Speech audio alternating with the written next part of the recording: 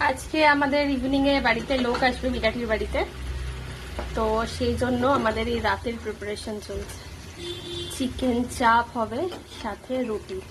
আর সন্ধেবেলাতেও থাকবে কিছু special item, সেগুলো পরে আমি ভিডিও করে দেখাবো। এক হাতে না, এখানেও খানিকটা করা হচ্ছে, একটাতে ধরছে না বলে। তো বাড়িতে মানুষজন এলে একটু খাটনি তো হয়, বাট ভালো লাগে।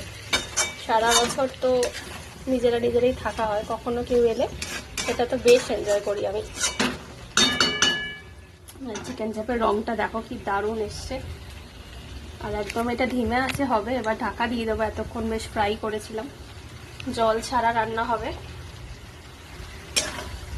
আর ছোটোর থেকে আমি বাড়িতে, মানে আমাদের বাপের বাড়ি ছিল জয়েন্ট ফ্যামিলি, ভীষণ আনন্দ করে লোকজন হই হুল্লোড় করে বড় হয়েছি।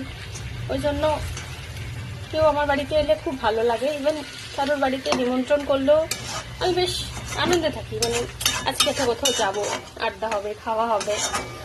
আর আড্ডা তো খাওয়া ছাড়া জমে না আমাদের বাঙালিদের। তাই এটা আপাতত রাতের আয়োজন, রুটি থাকবে সাথে। আর ইভিনিংয়েরটা আমি আবার অন্য ভিডিওতে আজকে দেখাবো। আর ফাইনাল কেমন হয় সেটাও একবার দেখাবো। আর এই যে আমার চাপের ফাইনাল লুক। একদম ধিমে আছে, মাঝে মাঝে একটু উল্টে পাল্টে সব রান্না হয়েছে। একদম দোকানের চাপের থেকে কম কিছু নয়। দেখো, এর সাথে জাস্ট একটু গরম গরম রুটি চাই।